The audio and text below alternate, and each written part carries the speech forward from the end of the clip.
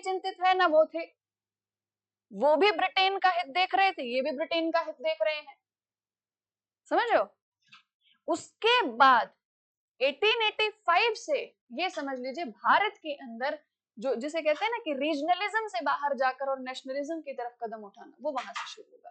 तो national factor अभी नहीं कहेंगे।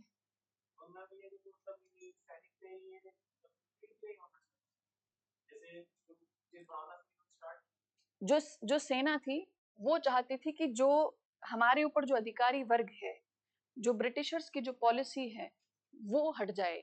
जो शासक वर्ग था वो चाहते थे कि ब्रिटिश रूल खत्म हो जाए, रूल हमारा इस्टेब्लिश हो जाए। इसीलिए इसको कहा जाता है कि ये कुछ हद तक स्वतंत्रता की भी लड़ाई थी।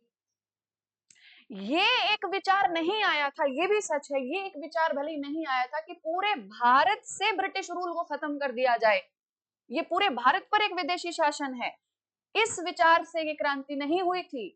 लेकिन अपने अपने क्षेत्र से ब्रिटिशर्स से मुक्ति पाने के लिए क्रांति थी, उनकी नीतियों से मुक्ति पाने के लिए क्रांति थी। एक होता है किसी सरकार का विरोध करना, एक होता है सरकार की किसी एक नीति का विरोध करना, समझ रहे हो। तो वहां पर हम क्यों कह देते हैं कि स्वतंत्रता के लिए प्रथम संघर्ष था, वो इसीलिए कह देते हैं अलग अलग वर्ग अपनी अपने ऊपर जो नीतियां लागू की गई थी, जो शोषण था उससे मुक्ति पाना चाहते थे, उससे स्वतंत्र होना चाहते थे, इसीलिए कुछ हद तक इसे स्वतंत्रता की लड़ाई भी कहा जा सकता है। पहली बार भारतीयों ने विदेशी शासन के प्रति विद्रोह किया और एक से ज्यादा वर्ग इसमें शामिल हुए। टारगेट एक ही था, इनकी नीतियों से मुक्ति पानी है, इनसे मुक्ति पानी है। ज्यादातर जो गुस्सा था वो उनकी नीतियों को लेकर था, नीतियों में सुधार हो जाते, शांत हो जाते। हाँ बिल्कुल, फिर उनको मान लेते। यहाँ पे एक क्वेश्चन लिखो जरा, आपके इस क्वेश्चन से एक और क्वेश्चन आया है, हो सकता है यूपीएससी के मेंस में कभी वो क्वेश्चन आपसे पूछ लिया जाए, इंपॉर्टेंट है। देखो ध्यान सुनना, ब्रिटिशर्स से पहले क्या भारत में बाहर से कोई शासक वर्ग नहीं आए थे क्या? बाहरी शक्तियां नहीं आई थी क्या? आई थी, है ना। प्राचीन काल से ही भारत में विदेशी आक्रमण भी हुए और विदेशी शासक भारत के अंदर आए भी, उन्होंने अपनी सत्ता भी स्थापित की। लेकिन उनमें और ब्रिटिशर्स की अप्रोच में, दोनों के दृष्टिकोण में, दोनों के शासन करने की नीति में बहुत अंतर है। मतलब एक तरफ ब्रिटिशर्स और दूसरी तरफ ब्रिटिशर्स से पहले आने वाले सभी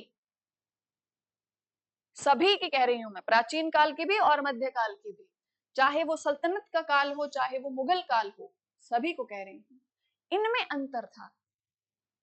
तो एक क्वेश्चन लिखिए, ब्रिटिश काल या ब्रिटिश शासन की नीतियां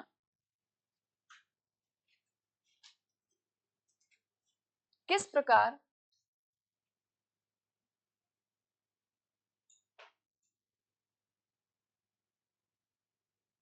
पूर्व में स्थापित, ये डायरेक्शन की बात नहीं कर रहे हैं हम, पूर्व पहले, इससे पहले की बात कर रहे हैं, पूर्व में स्थापित विदेशी शासन की नीतियों से अलग थी।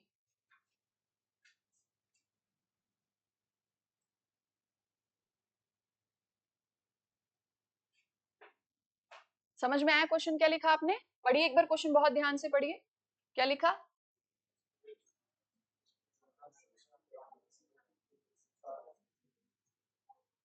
अलग थी, ठीक है। एक बार इंग्लिश में और लिख लीजिए, in what manner the policies of British rule were different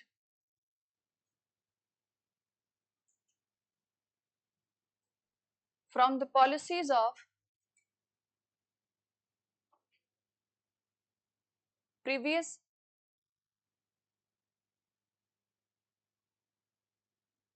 foreigners rule in India।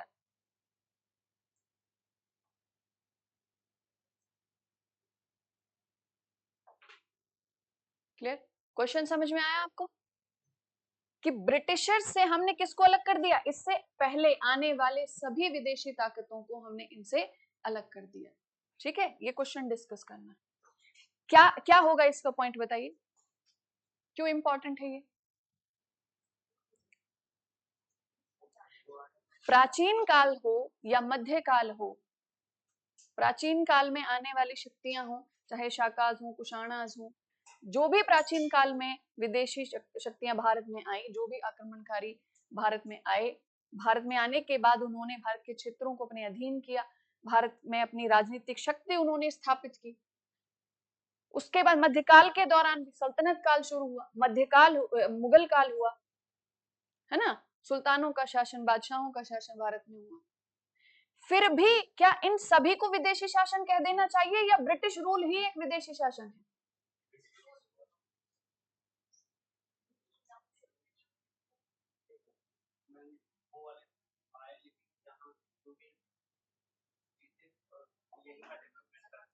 देखिए, ब्रिटिशर्स से पहले जितने भी विदेशी शासक भारत में आए, उस समय उन्होंने भारत में शासन स्थापित करने के बाद भारत का समाज, भारत की संस्कृति, भारत की राजनीतिक व्यवस्था, भारत की अर्थव्यवस्था को अपनाया।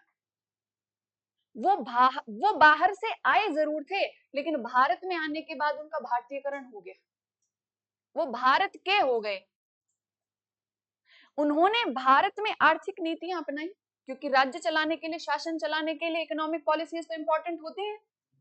आर्थिक नीतियां लागू की गई, राजस्व वसूला गया पहले भी किसानों से, कर वसूला गया पहले भी व्यापारियों से भी, किसानों से भी, आम जनता से। लेकिन जो कर वसूला गया, उस कर का उपयोग भारत में ही किया गया। फिर चाहे उन्होंने किसानों के लिए सिंचाई के प्रबंध करवाए, अच्छे बीज, अच्छे उपकरण उपलब्ध कराए हों, चाहे किसानों के लिए, व्यापारियों के लिए ऋण की सुविधाएं हों। आपको पता है ऋण, जो जो आज हम कहते हैं किसान क्रेडिट कार्ड, किसानों को ऋण दिया जाता है ना, ऐसे ही मध्यकाल के दौरान एक सुल्तान ने, दिल्ली सल्तनत के एक शासक ने तकावी लोन स्टार्ट किया था किसानों के लिए। किसानों को ऋण दिया जाता था कि अगर आपके पास कृषि करने के लिए पहले से अगर कोई राशि नहीं हो, तो आप क्या करो, ऋण लो, कृषि करो, अच्छी फसल उगाइए, और उसके बाद ऋण चुकाइए, और अपना जो बचा हुआ है वो अपने पास रखिए। ये सुविधाएं थी। बागवानी कृषि क्या सिर्फ ब्रिटिशर्स के द्वारा लाई गई थी? नहीं, इससे पहले भी फिरोज शाह तुगलक ने भारत के अंदर प्लांटेशन को बहुत ज्यादा प्रमोट किया था, बहुत ज्यादा बागवानी को बहुत ज्यादा प्रमोट किया गया था। उन्होंने कहा था कि एग्रीकल्चर में उन्होंने रिसर्च करवाई थी, उन्होंने कहा था ये ट्रेडिशनल लेवल की कृषि मत करिए, ये वही फसलें मत उगाइए। बागवानी खेती की तरफ वो भारतीय किसानों को लेकर आए, सिंचाई के प्रबंध करवाए, नए नए शहर बनवाए। शहर किस लिए बनवाए जाते हैं? ताकि व्यापार हो, व्यापारियों को सहूलियतें हो। सड़कों का निर्माण करवाया गया। क्यों करवाया गया सड़कों का निर्माण?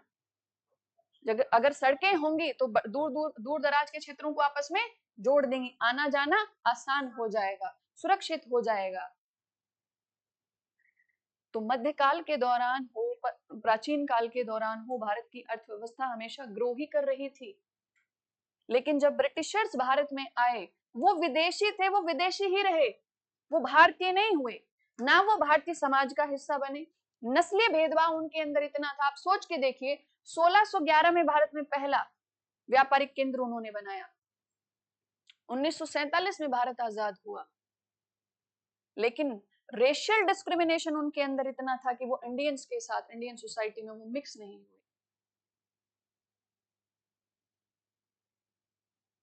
क्लियर? मैट्रिमोनियल अलायंसेस या रिलेशंस उनके इंडिया में नहीं बने, नहीं बनाए। कुछ अपवाद हो तो अलग बात है, लेकिन उन्होंने अपने समाज को, अपनी रेस को, अपनी नस्ल को उन्होंने भारतीय नस्ल से हमेशा बचा के रखा। और उन्होंने ये सिर्फ सिर्फ भारत में ही नहीं, ये ब्रिटेन और फ्रांस दोनों का डिफरेंस है। ब्रिटेन हमेशा से रेशियल डिस्क्रिमिनेशन में पूरे वर्ल्ड में सबसे आगे रहा। उसने कभी भी अपनी रेस के आगे किसी और को उतना इंपॉर्टेंस, उतनी इक्वालिटी, उतनी रिस्पेक्ट कभी दी ही नहीं। ये सच्चाई है। तो ब्रिटिशर्स ने इंडियन इकोनॉमी को, इंडिया का जो जितना भी जितना टेरिटोरियल एक्सटेंशन इंडिया का था, जितना भौगोलिक विस्तार भारत का था, उसमें जितने प्राकृतिक संसाधन थे, जितने मानव संसाधन थे, दोनों का उपयोग किया गया। भारत के प्राकृतिक संसाधनों का कल क्लास में मैंने डिस्कस किया था, जब ऑप्शनल की क्लास चल रही थी, मैंने डिस्कस किया कि भारत में उत्तर से लेके दक्षिण तक और पूर्व से लेके पश्चिम तक भारत की अगर भौगोलिक दिशा को देखा जाए, भौगोलिक विशेषताओं को ध्यान से देखा जाए, तो भारत के अंदर वो सारी जलवायु पाई जाती है, वो सारी वेजिटेशन वनस्पतियां पाई जाती हैं जो विश्व में पाई जाती हैं। तो भारत के संसाधनों का अगर सही उपयोग किया जाए तो भारत की भौगोलिक क्षमता ऐसी है कि पूरे विश्व के स्तर पर जिस तरीके की डिमांड्स हैं, वस्तुओं की डिमांड्स हैं, उनकी पूर्ति हो सकती है क्लाइमेट के अकॉर्डिंग। ब्रिटिशर्स ने यही देखा, और यही देखा तो उन्होंने सोचा कि अलग अलग एरियाज में अलग अलग चीजों को ग्रो किया जाए, प्रोड्यूस किया जाए और उनको वर्ल्ड लेवल पे उनको सेल किया जाए। समझ रहे हो? इसीलिए तो इंडिया को कैप्चर किया गया। भारत की भौगोलिक जो क्षमता थी, जो पोटेंशियल था इंडिया का, उसको यूटिलाइज किया, और यूटिलाइज कराया भी किससे? भारतीयों से करवाया। भारत के प्राकृतिक संसाधन का दोहन भारत के मानव संसाधन से कराया, भारत से वो प्रोड्यूस करवाया जो कच्चा माल था, सिर्फ रॉ मटेरियल था, और उस रॉ मटेरियल को लेकर कहां पहुंच गए? ब्रिटेन की इंडस्ट्रीज को दे दिया। अब इससे दो काम उनके सॉल्व हुए, इंडिया में रॉ मटेरियल नहीं बचा तो इंडिया में इंडस्ट्रीज नहीं बची। ब्रिटेन में ब्रिटिश ईस्ट इंडिया कंपनी जब भारत में मोनोपोली का फायदा उठा रही थी, अपना एक अधिकार का फायदा उठा रही थी, तो ब्रिटेन की बाकी कंपनीज और बाकी जो इंडस्ट्रियलिस्ट थे वो इसको क्रिटिसाइज कर रहे थे, गवर्नमेंट को, ब्रिटेन की गवर्नमेंट पे सवाल उठा रहे थे कि सिर्फ ब्रिटिश ईस्ट इंडिया कंपनी को इतना मुनाफा क्यों, उसी को इतना अधिकार क्यों? तो उनको भी शांत करना था। तो ब्रिटिशर्स का माइंडसेट देखिए आप, इंडिया का रॉ मटेरियल लिया, उसको कहां ले गए? यहां से रॉ मटेरियल लेके ब्रिटेन पहुंच गए, और ये कहां दे दिया? ब्रिटेन के जो इंडस्ट्रीज थी उनको। अब इंडस्ट्रीज को रॉ मटेरियल मिल गया, यहां सस्ते दाम पर उन्होंने रॉ मटेरियल प्रोड्यूस कराया, उसको महंगे दामों पर यहां बेच दिया। यहां से मशीनों के द्वारा जिन वस्तुओं का निर्माण हुआ, जो गुड्स यहां की इंडस्ट्रीज में प्रिपेयर हुए, जो जिन वस्तुओं का यहां निर्माण हुआ, उनको यहां से खरीदा, उनको भारत में बेच दिया। अब वो कंपनियां भी शांत रही, वो इंडस्ट्रीज भी शांत रही, क्योंकि उनका भी तो मुनाफा हो रहा है, उनको वहां पे रॉ मटेरियल मिल रहा है, उनका बना हुआ सामान बिक रहा है, और इंडस्ट्री को क्या चाहिए था? और ब्रिटिश ईस्ट इंडिया कंपनी ने क्या किया? बस सामान के सप्लायर बने, वो इंडिया से रॉ मटेरियल सप्लाई किया, वहां से गुड्स सप्लाई की। इसीलिए ये कभी भी ये भारतीय नहीं हो पाए, ये विदेशी थे, ये विदेशी ही रहे। धन के निष्कर्षण का आरोप लगाया जाता है, बिल्कुल उचित लगाया जाता है, बिल्कुल सही लगाया जाता है। एक जो, इसीलिए हम भारत में, आप सोच के देखिए, आज की कंडीशन को आप पास्ट से रिलेट करके देखिए। हिस्ट्री का मतलब ये नहीं है कि आप पास्ट को पास्ट के तरीके से पढ़ोगे, उसको प्रेजेंट से रिलेट करिए। आज भारत की जो इकोनॉमी है कैसी दिखाई देती है? इंडिया की इकोनॉमी, इंडिया की इकोनॉमी में आज भी मेजॉरिटी पॉपुलेशन ऑफ इंडिया किसमें है? प्राइमरी सेक्टर में इन्वॉल्व है, राइट? प्राइमरी सेक्टर के बाद कहां पर है? टर्शियरी सेक्टर में है। सेकेंडरी सेक्टर नहीं है इंडिया में, उतनी ग्रोथ नहीं है। जो द्वितीय श्रेणी जो होती है ना, वो क्या है? मैन्युफैक्चरिंग होती है, इंडस्ट्रीज, मैन्युफैक्चरिंग यूनिट्स, वो भारत में नहीं है। सर्विस है भारत में, सर्विस सेक्टर इवॉल्व हो गया इंडिया का। यही दोनों चीजें तो ब्रिटिश पीरियड में इवॉल्व हुई थी ना, हमने बदला क्या है? हम इतने सालों में बदल क्या पाए? हमने इंडस्ट्रियल ग्रोथ इंडिया में किया है, लेकिन वो बहुत बहुत वो वाली बात हो जाती है कि हम अपने जब आजादी के समय की जो हालत थी, अगर अभी तो हम 1857 पे पहुंचे हैं, जब 1947 पे पहुंचेंगे, बस 1757 से 100 साल तो पढ़ ही लिया आपने, अब आगे के 90 और बाकी हैं। और इन आगे के 90 में आपको समझ में आएगा कि जब ब्रिटिशर्स भारत को छोड़कर गए थे तो भारतीय कंडीशन कैसी थी, जहां जिस देश की अधिकांश जनसंख्या गरीब हो चुकी हो, ठीक है, कुपोषित हो, पिछड़ गई हो, वहां पर उस देश में जहां सबसे बड़ा मुद्दा हो पहले कि अपनी जनता को भरपेट खाना खिलाना, कि किसी कुछ भी करो लेकिन जनता भूखी ना सोए, जब देश की ऐसी स्थिति में कोई छोड़ के गया हो, देश को आजाद करके गया हो, ठीक है, वो कोई आजादी थोड़ी थी, शासन का परिवर्तन था वो। आजाद तो हम आज तक नहीं है। बताओ आर्थिक और सामाजिक रूप से कितने आजाद है। जब आज भी आप जो है आर्थिक रूप से इतने सारी परेशानियां झेल रहे हैं, एक ही देश के नागरिक होने के बाद भी क्षेत्रों में इतना भेदभाव है, कुछ एरियाज आज भी इतने ज्यादा पिछड़े हुए हैं, तो कहीं ना कहीं आर्थिक स्तर पर तो आज भी वो परेशान ही है ना, बैकवर्ड ही है ना। आजादी का मतलब ये नहीं होता कि किसी शासन से मुक्त हो जाना, परेशानियों से मुक्ति हो तब वो आजादी, राइट। तो इंडिया में उस समय ब्रिटिशर्स ने जो इकोनॉमिक जो सिस्टम जनरेट किया था ना, भारत की जो आर्थिक व्यवस्था का निर्माण किया था, वो कैसी व्यवस्था बनाई थी। भारत में प्राइमरी सेक्टर उन्होंने इवॉल्व किया, प्राइमरी सेक्टर इवॉल्व करके उसको रॉ मटेरियल के रूप में कहाँ ले गए, ब्रिटेन में ले गए। अगर उसी समय ब्रिटिशर्स मैन्युफैक्चरिंग यूनिट्स इंडिया में लगा देते और सेकेंडरी सेक्टर मतलब इंडस्ट्रीज को इंडिया में डेवलप किया जाता, तो आज भारत यूरोप से, ब्रिटेन से कहीं ज्यादा आगे होता। लेकिन आज भी भारत डेवलपिंग नेशन है and they are developed nation. Why? Because secondary sector वहां डेवलप हो गया।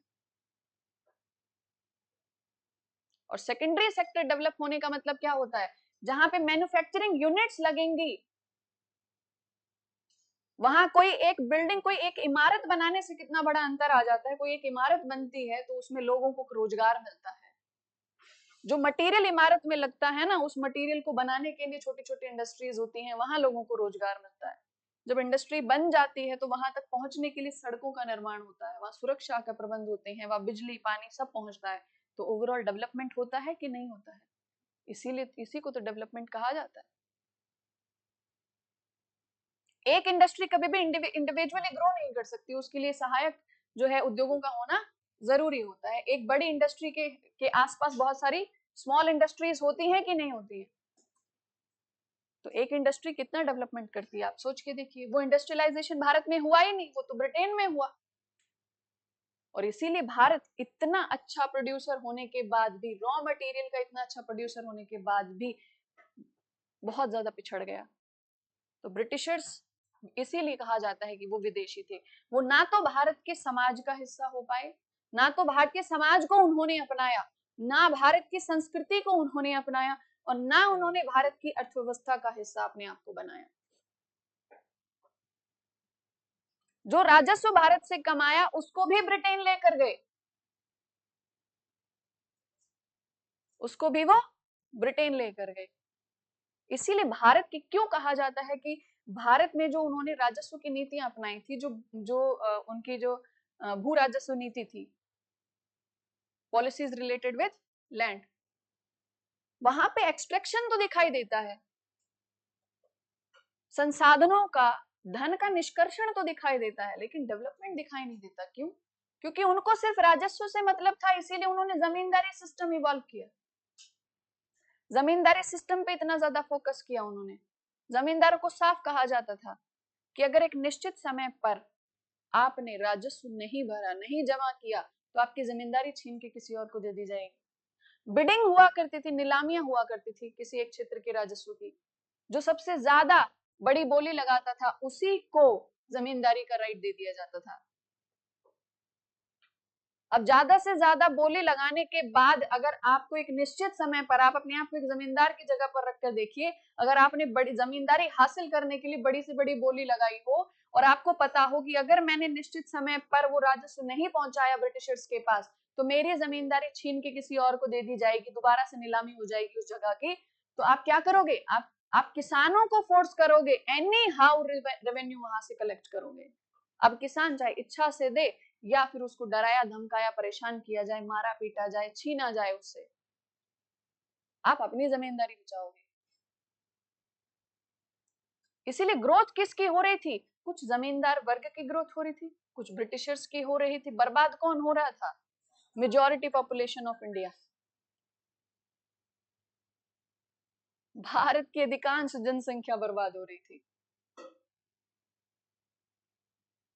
समझ रहे हो? और कृषि की तरफ कौन ध्यान दे रहा था? कोई नहीं। किसान क्या अब बेचारे किसान को जब इतने भारी रकम राजस्व में देनी पड़े तो वो क्या कर रहे थे? साल में दो दो फसल लगाएंगे, बीच का जो समय होगा उसमें भी सोचेंगे कुछ फल सब्जियां उगा लिया जाए तो और थोड़ी परिवार की आय बढ़ जाएगी। जब आप जमीन को खाली छोड़ ही नहीं रहे, अच्छे सिंचाई के प्रबंध के लिए न ब्रिटिश शासन कुछ कर रहा है ना जमींदार कुछ कर रहे हैं, तो वो भूमि की उर्वरता पर क्या प्रभाव पड़ेगा बताइए? उसकी प्रोडक्टिविटी लेवल पर क्या प्रभाव पड़ेगा? डिक्रीज होगी, डे बाय डे डिक्रीज होगी। यही हुआ भारत में। वरना क्यों भारत में आजादी के बाद हरित क्रांति के लिए आपको जो हाई यील्ड वैरायटी वाले जो सीड्स थे वो लाने पड़े? क्यों इतने फर्टिलाइजर्स का इस्तेमाल करना पड़ा? कारण ढूंढिए।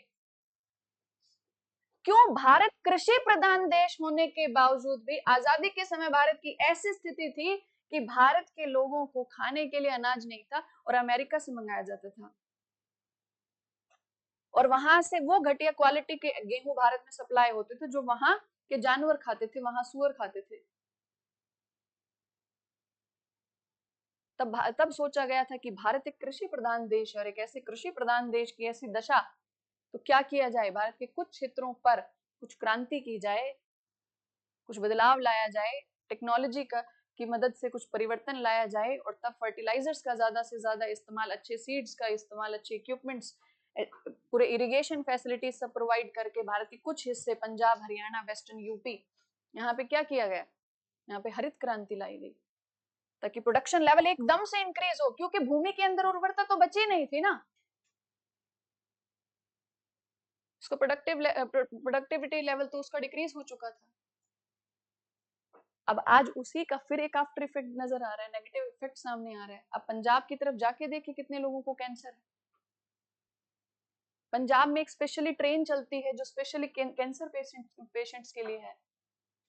तो इतिहास में जो एक बार घटित हो चुका उसको आप परिवर्तित नहीं कर सकते। कुछ विशेष कारण थे उस घटना के पीछे, उसको सुधारने के लिए जो उपाय उस समय जो इमीडिएटली जो करना पड़ा वो भी जरूरी था, और आज उसका भी दुष्परिणाम सामने आ रहा है। इसीलिए कहते हैं ब्रिटिशर्स हमेशा विदेशी रहे, क्योंकि उनका जो मेन फोकस था वो सिर्फ और सिर्फ ज्यादा से ज्यादा इंडिया से बेनिफिट्स अर्न करने का था। They were not concern about India and Indians. Clear? समझ में आ रहा है? अब ये जो डिस्कशन अभी हमारा हुआ है ना, इससे आपको उनकी इकोनॉमिक पॉलिसी के बारे में भी काफी कुछ क्लैरिटी आई होगी। ये भी आपको समझ में आया होगा कि 1857 तक ऐसी क्या कंडीशन भारत की हो गई थी कि भारत की आम जनता, भारत का किसान, भारत का मजदूर क्रांति में शामिल हो गया था। किसानों के पास खाने के लिए कुछ नहीं बचता था, बेचारों के पास जो इनकम होती थी उसका कहते हैं कि नॉर्मल कंडीशन में, in normal circumstances, around 60% of their produce, लगभग 60% उनके कुल उत्पादन का लगभग 60% राजस्व के रूप में वसूल कर लिया जाता था। और जिन क्षेत्रों में सुविधाएं दी जाती थी उन क्षेत्रों में लगभग 70%, 80% तक चला जाता था उनसे। बचता क्या था उनके पास? परिवार को कैसे पालते होंगे? आज हम कह देते हैं भारत में शिक्षा का स्तर इतना निम्न है। क्यों है? जिस परिवार के पास बचा ही इतना कि भरण पोषण हो जाए, खाना पीना हो जाए, अपने बच्चों को पाल लें किसी तरीके से, शिक्षा तो बाद की बात है, शिक्षा हो गई, ये सारी चीजें फिर बाद में आती है ना, पहले तो खाना पीना हो, तो कुछ बचता ही नहीं था। और जिस जिस जिस समाज में जहां शिक्षा का ही स्तर पीछे हो गया तो इकोनॉमी तो अपने आप ही पीछे हो जाएगी। वहां पर सोशल जो ट्रेडिशन है, जो कस्टम है, उतने ही ज्यादा रिजिड हो जाएंगे, उतनी ही ऑर्थोडॉक्स सोसाइटी हो जाएगी। आज भारत के जितने भी समाज की जितनी भी विशेषताएं उनको देख लीजिए और सोचिए कि क्यों है ये ऐसी, इनकी जड़ें कहां पर हैं, रूट कॉज क्या है इसका। तो आज अगर हम अपनी सोसाइटी को, अपनी इकोनॉमी को अगर इवॉल्व करना चाहते हैं तो बताइए रूट कॉज को इम्प्रूव करना पड़ेगा कि नहीं, वहां समाधान करना पड़ेगा कि नहीं? जो बीमारी है ना एक्चुअल, उसको खत्म करना पड़ेगा। बीमारी क्या है? शिक्षा की कमी है। बीमारी क्या है? शिक्षा की कमी।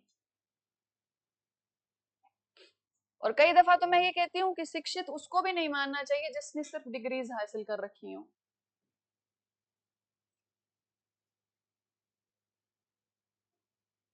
जब तक सही विचार, सही सोच, सही सूझबूझ ना आ जाए, तब तक वो शिक्षित कैसे हो गई?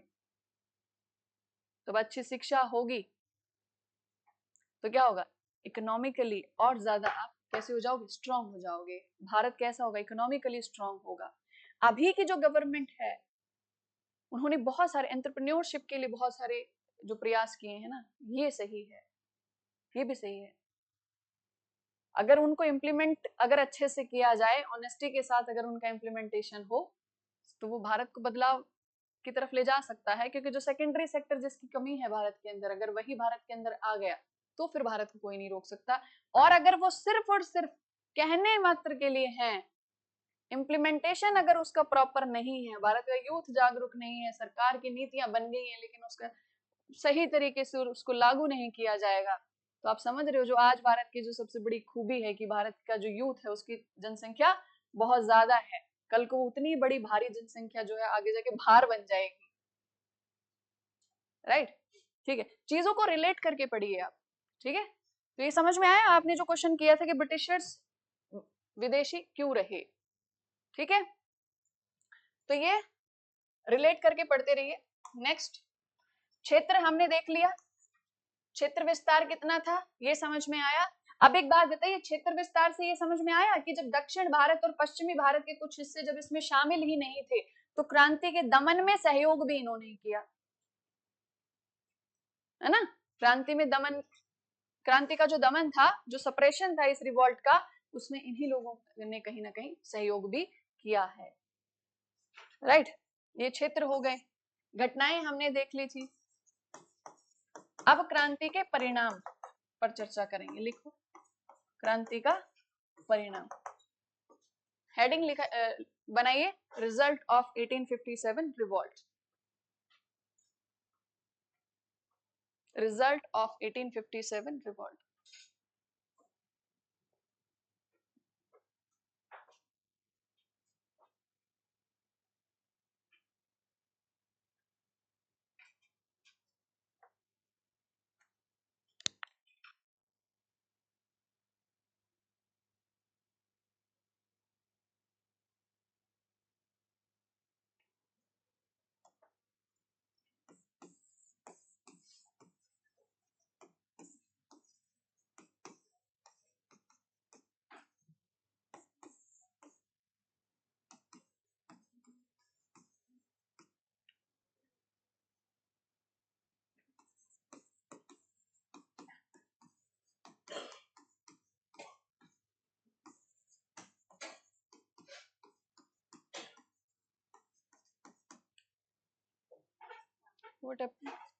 क्या हुआ?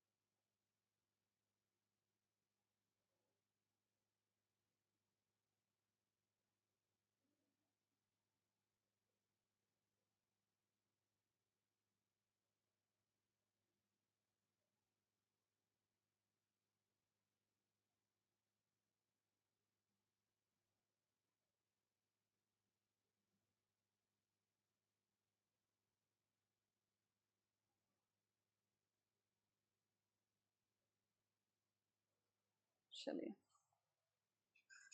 बट ध्यान रखिएगा, पूरी तैयारी रखिएगा हमेशा एग्जाम के लिए। आप आधी अधूरी तैयारी करके कभी मत जाना। ये मत सोचना पीटी की तैयारी कर लूं, मेंस के बाद में करूंगा। ये सफलता तभी मिलेगी जब पीटी, मेंस और इंटरव्यू तीनों ही क्रैक होंगे। Getting this? हर रोज अपने आसपास की चीजों से सीखा करिए। चले, तो 1857 की क्रांति के परिणाम। अब आप जब भी कभी परिणाम के बारे में सोचते हो, रिजल्ट के बारे में सोचते हो, तो what do you understand by result? कैसे आप मेजर करते हो उनके परिणामों को? या तो आप देखते हो कि परिणाम सफल रहा या असफल, दो ही कैटेगरी बनाते हो ना। तो परिणाम को या तो सफलता के नजरिए से देखा जाता है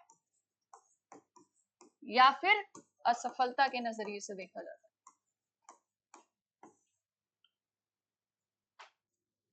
या तो आप कहोगे कि इट वाज सक्सेसफुल या आप कहोगे अनसक्सेसफुल, फेलियर। लेकिन क्या किसी भी घटना का कोई भी परिणाम पूरे तरीके से फेल्योर होता है? क्या फेल्योर जैसा कोई शब्द होता है? क्या वाकई में कुछ फेल्योरिटी होती है? ये शब्द बनाया तो गया है, मुझे समझ में नहीं आता इसका एक्चुअली में क्या सच में फेल्योर जैसी कोई चीज होती है क्या? फेल्योरिटी हम किस वे में देखते हैं? असफलता कैसे कही जाती है किसी भी बात के लिए? किसी भी परिणाम को असफल प्रयास क्यों कहा जाता है? क्योंकि जो मेन मोटिव होता है ना, मेन ऑब्जेक्टिव, कोर ऑब्जेक्टिव, जब वो हासिल नहीं हो पाता तो कह दिया जाता है कि ये अनसक्सेसफुल एफर्ट रहा। लेकिन आप एक बार रिपीट करिए इस चीज को, अनसक्सेसफुल एफर्ट, इसका मतलब प्रयास तो था। अब प्रयास किया था तो कुछ ना कुछ सफलता तो अर्जित हुई होगी, कुछ ना कुछ सक्सेस तो आपको मिली ही होगी। ये बात अलग है कि जो टारगेट था वो नहीं हुआ। इसीलिए कभी भी जो फेल्योर होता है ना, वो पूरे तरीके से फेल्योर होता ही नहीं। समझ गए? और कभी कभी सफलता भी ऐसी हो जाती है कि जो मेन टारगेट था वो तो अचीव कर लिया, लेकिन उसके साथ उस अचीवमेंट को बरकरार रखने के लिए और जो चीजें आपको साथ में सीखनी चाहिए थी वो नहीं सीख पाए, तो वहां प्रॉब्लम होती है फिर। तो 1857 की क्रांति के लिए अगर परिणाम की बात की जाए तो ये सफल प्रयास रहा या असफल रहा, तो बताइए इसको किस हद तक आप फेल्योर कहोगे, किस हद तक आप इसको एक सक्सेसफुल एफर्ट कहोगे? 1857 की क्रांति का जो उद्देश्य था वो क्या था? जो शासक वर्ग था ये चाहते थे कि ब्रिटिश रूल खत्म हो जाए, हमारा क्षेत्र हमें मिल जाए। क्या वो ये चाहते थे? किसी भी शासक के नजरिए से सोच के बताइएगा मुझे, क्या कोई भी ये शासक चाहता था कि अगर मेरा क्षेत्र आजाद हो जाए तो मैं दूसरे के क्षेत्र से भी ब्रिटिशर्स को हटाने के लिए लड़ता रहूंगा? सबकी अपनी अपनी लड़ाई थी। अगर किसी एक के क्षेत्र से ब्रिटिश रूल हट जाता और फिर भी वो रूलर दूसरे के लिए जान की बाजी लगा रहा होता ये सोच के कि ब्रिटिश रूल तो भारत से तो नहीं गया ना, तब बात अलग होती।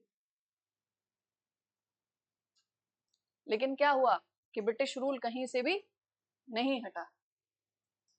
तो जिस उद्देश्य से ये क्रांति की गई थी वो उद्देश्य यहाँ पर पूर्ण नहीं हो पाया। शासकों के भी जो हित थे वो पूरे नहीं हो पाए और सेना के हित भी पूरे नहीं हो पाए, क्योंकि ब्रिटिश ईस्ट इंडिया कंपनी का प्रभाव बना रहा। ईस्ट इंडिया कंपनी हटी लेकिन ब्रिटिश ताज का शासन आ गया। तो लिखो, एक दो लाइनें लिख लीजिए इसके लिए।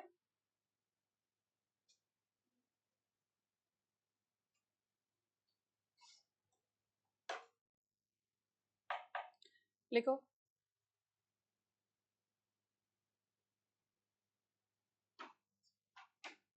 if we talk about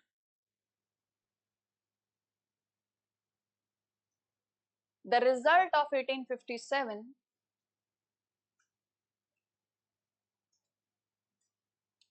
it cannot be clearly defined as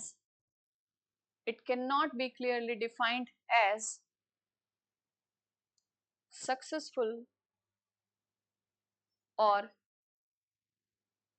failure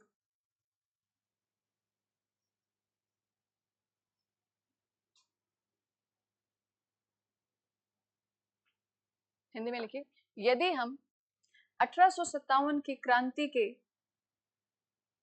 परिणाम की बात करें तो यह पूर्ण रूप से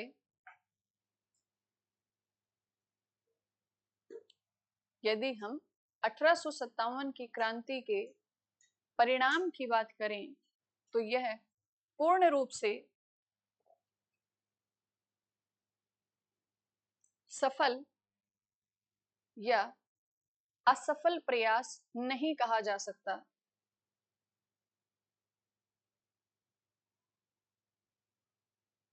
नेक्स्ट पॉइंट लिखिए इंग्लिश में। The Indian rulers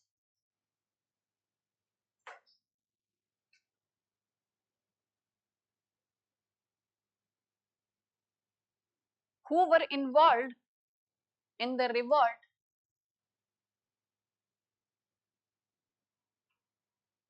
wanted to get rid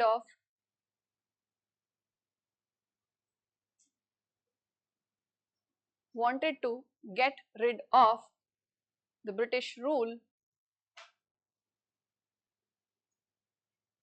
and restoration of their power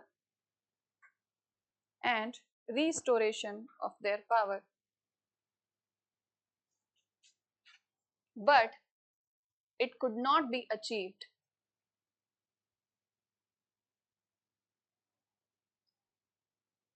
It could not be achieved. In that way,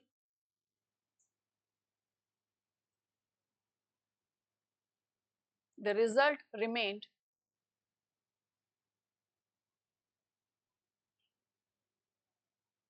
failure of this revolt. Result remained failure of this revolt. Hindi में लिखिए। भारतीय शासक वर्ग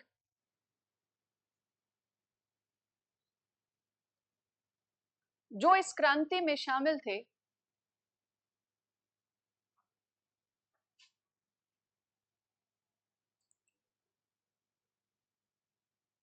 वे अपने क्षेत्र से British शासन का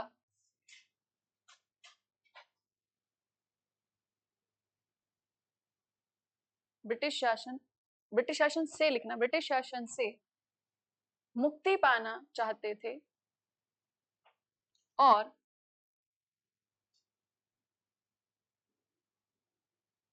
अपनी शक्ति को पुनः स्थापित करना चाहते थे।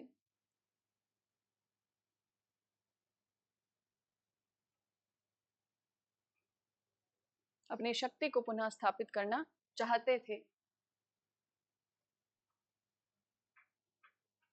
लेकिन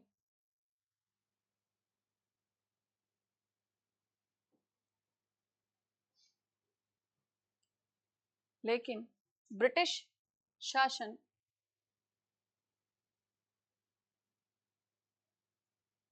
समाप्त नहीं हुआ। इस नजरिए से यह क्रांति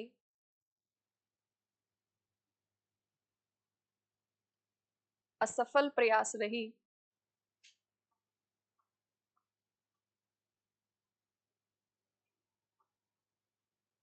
नेक्स्ट लाइन इंग्लिश में लिखिए। बट यह क्रांति एक असफल प्रयास रही। इंग्लिश में लिखिए। बट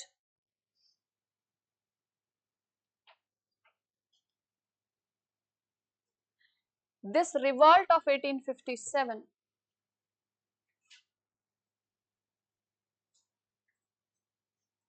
created या generated लिखना, generated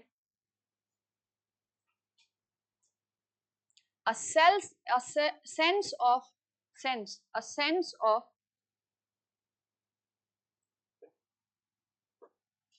revolt against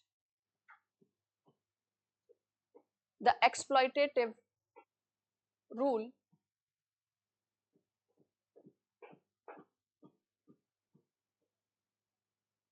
for the first time various classes of Indian society, for the first time various classes of Indian society came together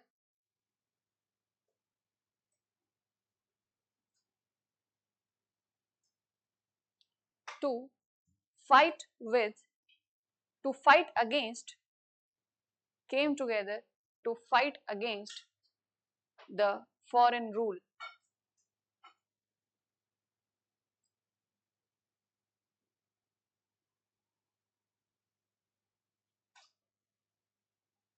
This act also created a sense of fear. This act created a sense of fear among the Britishers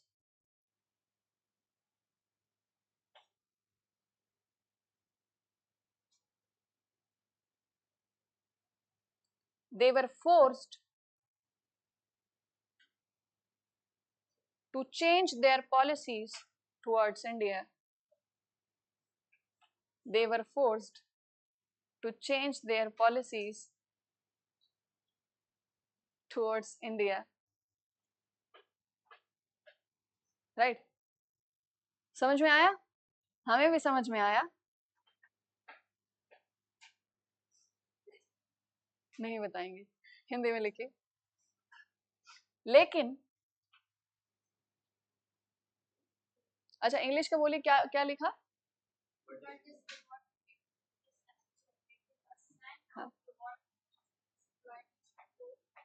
exploitative, exploitative rule of, हाँ लिखिए। लेकिन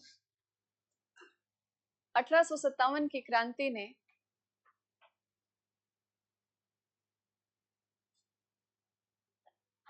1857 की क्रांति ने भारतीयों के मन में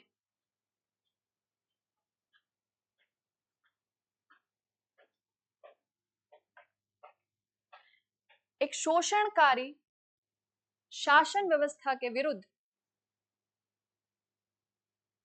शोषणकारी शासन व्यवस्था के विरुद्ध विद्रोह की भावना को जन्म दिया या विद्रोह की भावना को जागृत किया।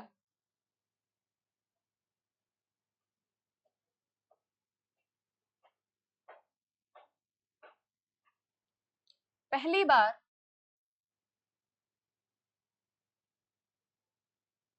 भारतीय समाज के विभिन्न वर्ग एकजुट होकर, विभिन्न वर्ग एकजुट होकर ब्रिटिश नीतियों के खिलाफ लड़े।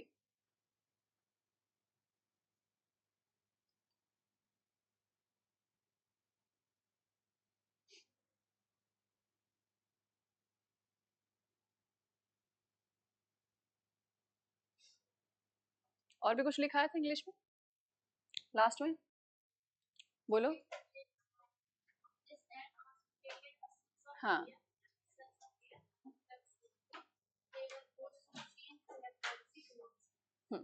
लिखिए।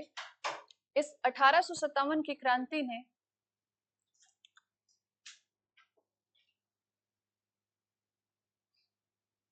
ब्रिटिश शासन के मन में भी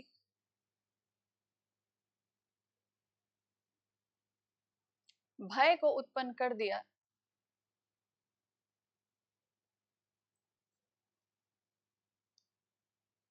और वे भारत के प्रति अपनी नीतियों में परिवर्तन के लिए विवश हुए। भारत के प्रति अपनी नीतियों में परिवर्तन के लिए विवश हुए।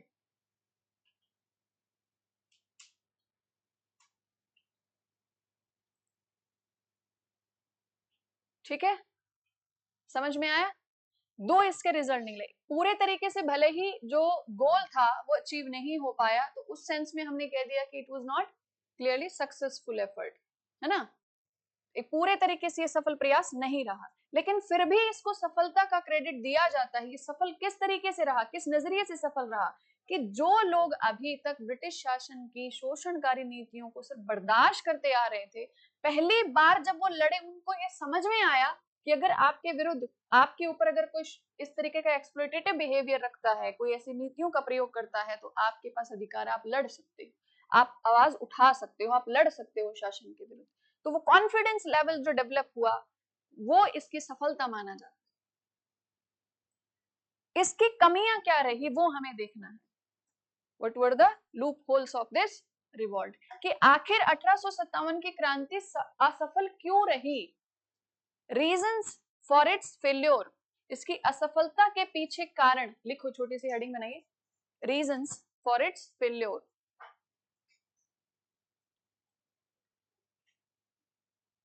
क्रांति की असफलता के पीछे कारण।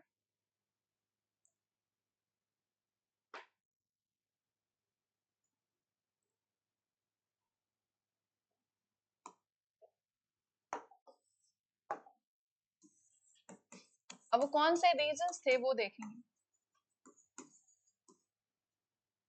कारणों की बात करते हैं, असफल क्यों रही। तो पहला, लैक ऑफ रिसोर्सेस, संसाधनों की कमी। अब एक बात सोचिए, बेचारे किसान, मजदूर, गरीब लोग, आम जनता लड़ रही है, उनके पास कोई हथियार थे क्या?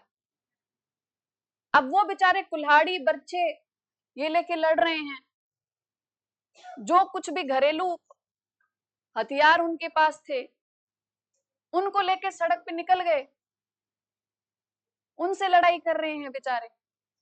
अब एक तरफ ब्रिटिश आर्मी सप्रेस करने के लिए, आप यकीन नहीं कर सकते, चाहे जब आम जनता, जब सरकारी बंगलों, जब दफ्तरों को आग लगा रही थी, ट्रेजरी को लूट रही थी, है ना, एक तरफ साहूकारों और जमींदारों पर उन्होंने जो है अटैक कर दिया था, उनके घर जला रहे थे, मार पिटाई कर रहे थे, बेचारे खुद भी तो पिट रहे थे ना, ऐसा तो था नहीं कि एक तरफा ही था ये। अब सप्रेशन तो हो ही रहा था ना। दूसरी तरफ जब सरकारी, जब चीजों को जब नुकसान पहुंचा रहे थे, तो ब्रिटिश आर्मी उनको सप्रेस करने के लिए गई। अब एक तरफ बेचारे वो अपने ट्रेडिशनल वेपन्स लेके, अपने घरेलू हथियारों को लेकर जो क्रांति में शामिल हुए, दूसरी तरफ ब्रिटिश आर्मी शूट किए जा रही है उनको। सप्रेस कैसे हुआ ये रिवॉल्ट? इसको सप्रेस, इसका दमन तो ब्रिटिश सेना ने किया ना। सप्रेशन बहुत ही ज्यादा, जिसे कहते हैं ना कि बहुत जो बर्बरिक तरीके से, बहुत ही रदलेसली, बहुत कठोर तरीके से इसको सप्रेस किया गया था, इसका दमन किया गया था। जो क्षेत्र, जो लोग इस क्रांति में शामिल थे, उनको बहुत ही निर्ममता के साथ उनको उनको उनका दमन किया गया था। ठीक है, तो इसकी असफलता के पीछे जो सबसे बड़ा कारण था वो ये था कि जो क्रांति में जो शामिल लोग थे, जो क्रांति में शामिल जो वर्ग था, उनके पास बेचारों के पास संसाधनों की ही कमी थी। लड़ेंगे कैसे? तो लैक ऑफ रिसोर्सेस, हिंदी में लिख लीजिए, संसाधनों की कमी। सेकंड पॉइंट लिखिए, लैक ऑफ प्रॉपर प्लानिंग, कोई सही योजना नहीं बनी थी। अगर पहले से कोई योजना बनी होती, सुनियोजित तरीके से सबको जिम्मेदारियां बांटी जाती, एक समय निश्चित होता, एक तरीका निश्चित होता, तो क्या होता? इस क्रांति का परिणाम कुछ और ही होता। राइट? तो लिख लो, लैक ऑफ प्रॉपर प्लानिंग, एक सही योजना की कमी।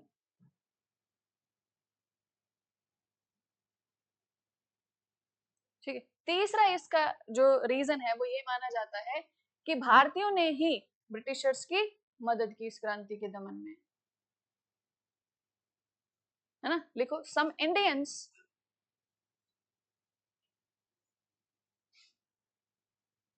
Supported Britishers to suppress the revolt, कुछ भारतीयों ने ही इस क्रांति के दमन में ब्रिटिश की सहायता की।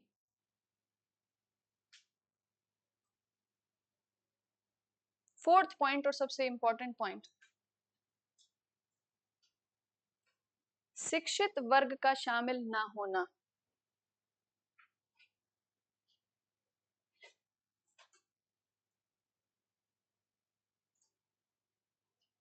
शिक्षित वर्ग इसमें शामिल नहीं हुआ था। Educated class of India did not participate in the revolt.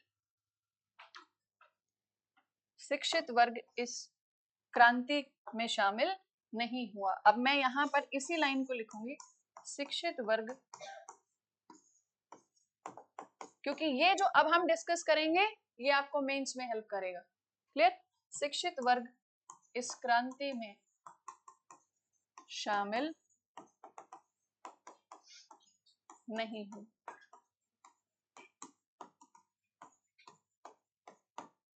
अब जो आपने लास्ट के जो 2 पॉइंट्स लिखे हैं ना, एक पॉइंट आपने लिखा है कि कुछ भारतीयों ने ही ब्रिटिशर्स की हेल्प की, तो जहां आपने कुछ भारतीय लिखा है ना, सम इंडियंस, वहां ब्रैकेट में आप रूलर्स लिख लो, शासक, रूलर्स, शासक, बस। और फोर्थ पॉइंट आपने क्या लिखा?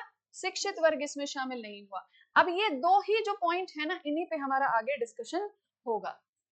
इन दोनों को साथ में लेकर डिस्कस करते हैं। पहला कि जो इंडियन रूलर्स थे,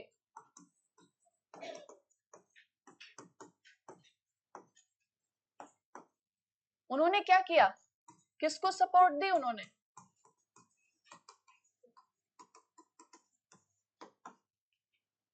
इन्होंने सपोर्ट दिया किसको? ब्रिटिश को। दूसरा, जो एजुकेटेड क्लास थी इंडिया की, educated class of India didn't participate. ठीक है, तो इनका कोई भी पार्टिसिपेशन ही नहीं था, इनका कोई पार्टिसिपेशन ही नहीं था।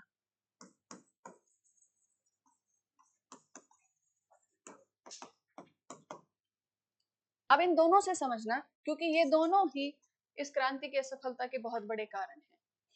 हम सब देखते हैं कि इंडियन रूलर्स के ऊपर ये ब्लेम किया जाता है कि उन्होंने ब्रिटिशर्स को हेल्प किया, उन्होंने इस क्रांति में उन शासकों की मदद नहीं की जो क्रांति का हिस्सा थे। अगर वो प्रत्यक्ष रूप से शामिल ना होकर अगर उनकी सहायता भी कर देते तो भी ब्रिटिशर्स हार गए होते। ये सच है। क्यों हार गए होते? क्योंकि क्रांति में कहां पर क्या होने वाला है, कौन सी घटना होने वाली है, किस जगह पर होने वाली है, इसकी सूचनाएं पहले ही उनको मिल जाया करती थी। उनकी सुविधा के लिए, उनकी मदद के लिए पहले ही हथियार और बाकी जितने भी रसद सामग्री की जरूरत होती थी पहले ही ब्रिटिशर्स को पहुंच जाया करती थी। तो इसीलिए वो पूरे तरीके से भारतीयों का प्रयास ही नहीं दिखा, जो विद्रोही थे उनका प्रयास नहीं दिखा, और ब्रिटिश रूल इस्टेब्लिश का इस्टेब्लिश रह गया। अब ये तो हमने पढ़ लिया, लेकिन इसके पीछे कारण क्या? क्यों क्यों उन्होंने विद्रोही शासकों का साथ ना देकर विदेशी कंपनी का साथ दिया? क्वेश्चन होना चाहिए ना, कोई ना कोई लॉजिक तो होगा। तो इसके पीछे भी एक जेन्युइन लॉजिक है। अब लॉजिक क्या कहता है? लॉजिक ये है कि जो शासक वर्ग इस क्रांति में ब्रिटिशर्स की हेल्प कर रहे थे, वो भारत में मुगल साम्राज्य को पुनः स्थापित करने के पक्ष में नहीं थे। और क्योंकि सिपाहियों ने क्रांति का नेतृत्व मुगल बादशाह को सौंप दिया था, इसका मतलब है कि ये सुनिश्चित हो गया कि अगर ये क्रांति सफल हो गई और ब्रिटिश रूल यहां से खत्म हुआ, तो भारत में जिनको अभी पूरे हिंदुस्तान का बादशाह कह दिया गया है, उनकी पावर रिस्टोर हो जाएगी। और मुगल साम्राज्य अगर स्थापित हो गया और वो पावरफुल हुआ, तो जितनी रीजनल पावर्स हैं उनका अस्तित्व कहीं आगे जाके खत्म ना हो जाए। समझ में आई बात? तो वो ये नहीं चाहते थे कि पहले की तरह एक शक्तिशाली मुगल साम्राज्य की स्थापना हो जाए, क्योंकि अगर सेना ही अगर उनको सपोर्ट करेगी और ये क्रांति किसी तरीके से सफल हो गई, तो ऑब्वियस सी बात है कि मुगल बादशाह वापस से एक शक्तिशाली शासक के रूप में, हिंदुस्तान के बादशाह के रूप में स्थापित हो जाएंगे।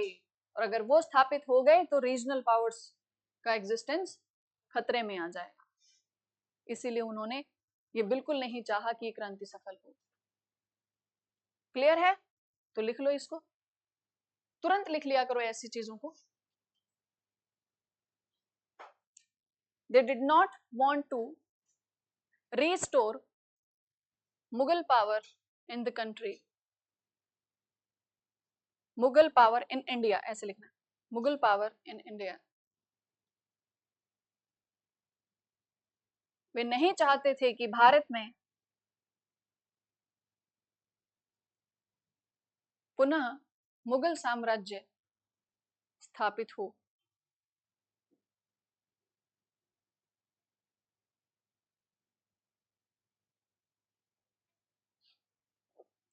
दूसरा पॉइंट ये एजुकेटेड क्लास के लिए, एजुकेटेड क्लास को ब्लेम किया जाता है कि उन्होंने क्रांति में हिस्सा नहीं लिया। ठीक है, अब इसके पक्ष में ये जो स्टेटमेंट हमने लिखा है कि एजुकेटेड क्लास ने पार्टिसिपेट नहीं किया, इसके पक्ष और विपक्ष दोनों में हमें डिस्कस करना है। क्वेश्चन कैसे भी आ सकता है। अब इसके पीछे लॉजिक, एजुकेटेड क्लास ने क्यों पार्टिसिपेट नहीं किया, why they did not participate in this revolt, क्यों नहीं पार्टिसिपेट किया? तो कहते हैं कि जो एजुकेटेड क्लास थी वो क्या सोचती थी, उनका विश्वास क्या था? उनका ये मानना था कि जो ब्रिटिश ईस्ट इंडिया कंपनी है वो मॉडर्न एजुकेशन, मॉडर्न कल्चर को प्रमोट कर रही है, एक मॉडर्निटी का जो की तरफ जो बाकी यूरोप बढ़ रहा है, वैसे ही आधुनिक विचारधारा, वैसे ही आधुनिक तकनीकी British east India company Bharat में ला सकती है। और वो बिल्कुल नहीं चाहते थे कि ये क्रांति सफल हो, क्योंकि अगर ये क्रांति सफल हो जाती तो इस क्रांति का नेतृत्व कौन कर रहे थे? अधिकांशतः रूलिंग क्लासेस थी, रूलर्स थे। ज्यादा संख्या किसकी थी? रूलर्स की ज्यादा संख्या थी। तो एजुकेटेड क्लास के दिमाग में क्या था कि अगर ये क्रांति सफल हो गई तो वापस से मान लीजिए सब, अगर पूरे हिंदुस्तान पर अगर मुगल शक्ति स्थापित ना भी हो पाए, क्षेत्रीय शक्तियों का ही प्रभाव बना रहे, तो क्षेत्रीय जो शक्तियां हैं इनका स्वरूप कैसा है बताइए? अगर वापस से क्षेत्रीय शक्तियां स्थापित हो गई तो उनका स्वरूप कैसा है? राजतंत्र है। और राजतंत्र में जो पूरा तंत्र होता है, पूरा सिस्टम होता है, वो किसके अकॉर्डिंग चलता है? वो राजा के अकॉर्डिंग चलता है।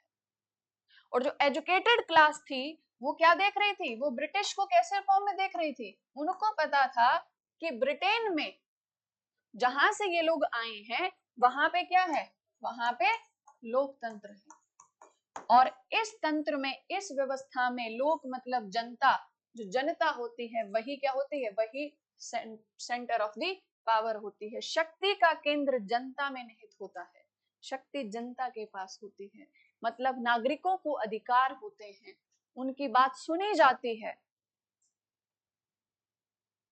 तो एजुकेटेड क्लास इस फेवर में थी कि भारत में लोकतंत्र स्थापना होनी चाहिए, ना कि राजतंत्र की स्थापना हो। इसीलिए उन्होंने क्या किया? उन्होंने सोचा कि अगर ब्रिटिशर्स के अगेंस्ट में अगर हमने काम किया, अगर क्रांति को सपोर्ट अगर हम करते हैं और किसी तरीके से ब्रिटिश अगर भारत से चले गए, तो जिस आधुनिक भारत के हम सपने देख रहे हैं ना, वो सपने हमारे सपने ही रह जाएंगे।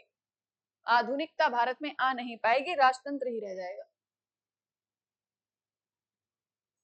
इसीलिए उन्होंने इस क्रांति का समर्थन नहीं किया। अब आप बताइए ये विचार कितना सही था?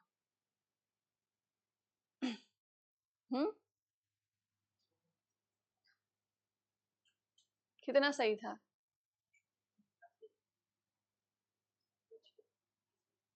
हाँ हाँ या ना? देखो, सही था, सही नहीं था, जो भी था बताइए। नहीं था? अच्छा, क्यों नहीं सही था बताइए?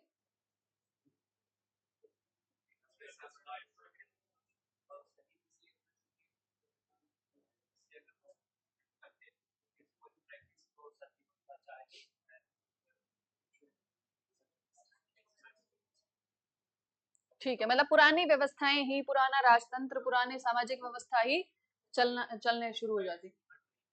हाँ, उसको हटाया जा रहा था, किसके सपोर्ट से हटाया जा रहा था? ब्रिटिशर्स के सपोर्ट से हटाया जा रहा था।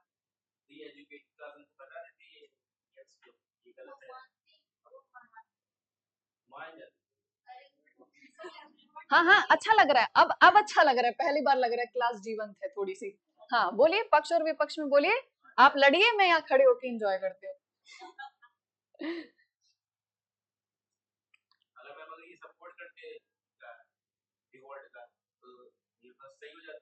हाँ हाँ। हम्म हम्म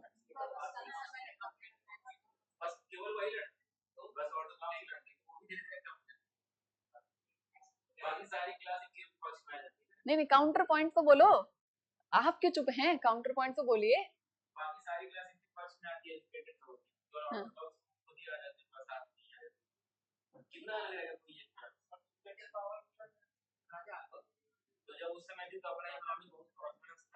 हम्म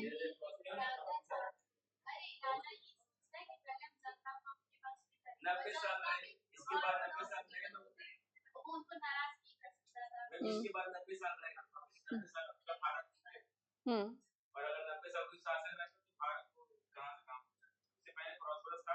हम्म हम्म हम्म, बहुत बढ़िया। और हम्म